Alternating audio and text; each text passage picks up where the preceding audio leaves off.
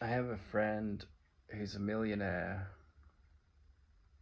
He worked on the stock exchange for many years, and he made a decent amount of money, and then the money trail just stopped, and so I think he was screwed over by a number of people in his life, and he's got pretty high integrity, and he's raised a child, and he's married, and he's he had a lot of. I worked with him on a business in Korea, South Korea, importing salt lamps from Pakistan, and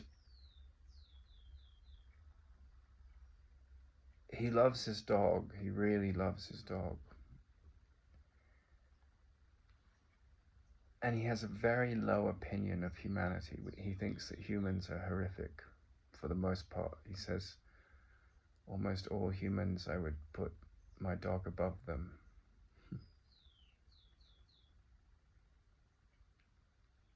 I don't think he has any time for religion. He's a fairly cynical man.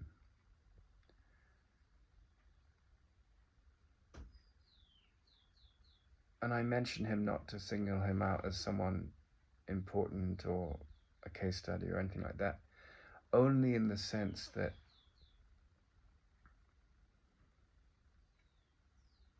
when you look at the world through the eyes of the conclusions of the ego, it's eat or be eaten,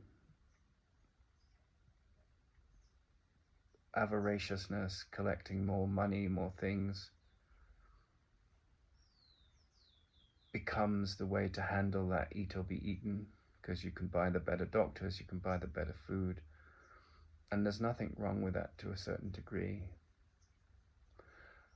But if you're here to be ensnared and trapped in the fear of that prism, then you'll always be in a cycle of fleeting pleasure, fleeting joy, repeating pain, endless judgments, ongoing condemnation.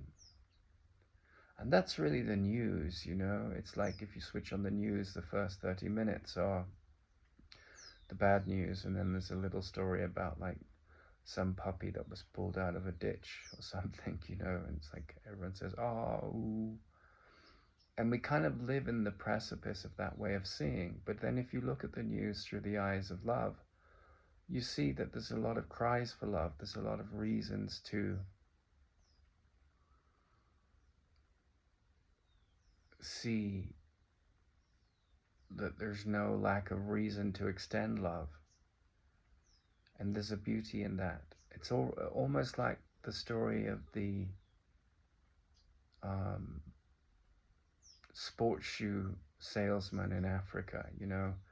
There's a sort of story about Nike sending, I mean, it wasn't Nike, but it's like, it's just a story, and it's like, it's a story that we use to sort of educate people about the right mentality for sales. And so they go to Africa, and everyone in Africa is shoeless. And the first salesman goes, and he says, these people don't have any use for what we have to sell. It's useless. And another man goes and says, this is an incredible market, like it's untapped. We'll sell shoes to everybody. And this isn't a broadcast to support, you know, capitalism. It's a metaphor to say that you can see this insane world, and it is an insane world, through the eyes of insanity, which is the ego's view, which is mired in pain and judgment and low opinion of humans, or anything else for that matter. Or you can see through the eyes of the healed mind, which says, despite the illusions that people cling to, they are fleeting, and healing is inevitable. And then the world becomes a very happy place in your mind, not in the world outside, because the world outside is under the trap of the ego thought system. And that doesn't mean you won't have problems with the world. It doesn't mean people won't bully you. It doesn't mean that you won't have debts to pay. It doesn't mean you won't have all kinds of challenges coming up. But you're not defining yourself by the story of the world. You're responding to it practically, but you're not falling for the judgments of your old self.